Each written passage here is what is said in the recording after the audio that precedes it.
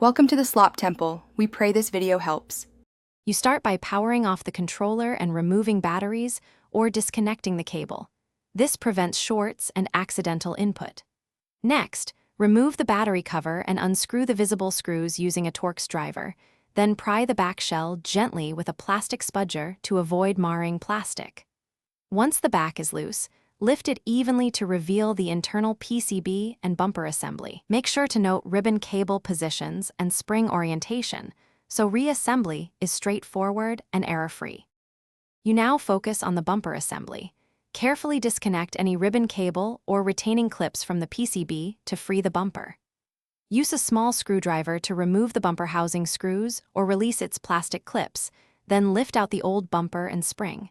Inspect the spring for deformation and replace it if needed.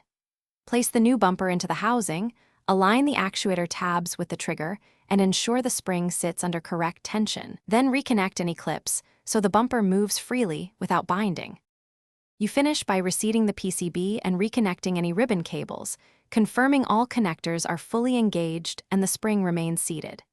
Close the back shell, press the edges to snap them together, and reinstall screws in their original holes. Tighten them snugly but avoid stripping. Reinsert batteries or plug in the controller, power on, and test the bumper in a game or button tester. If the bumper is unresponsive or sticks, reopen to verify spring position and cable seating. This single check resolves most issues. Thanks for watching. Consider subscribing if we helped you.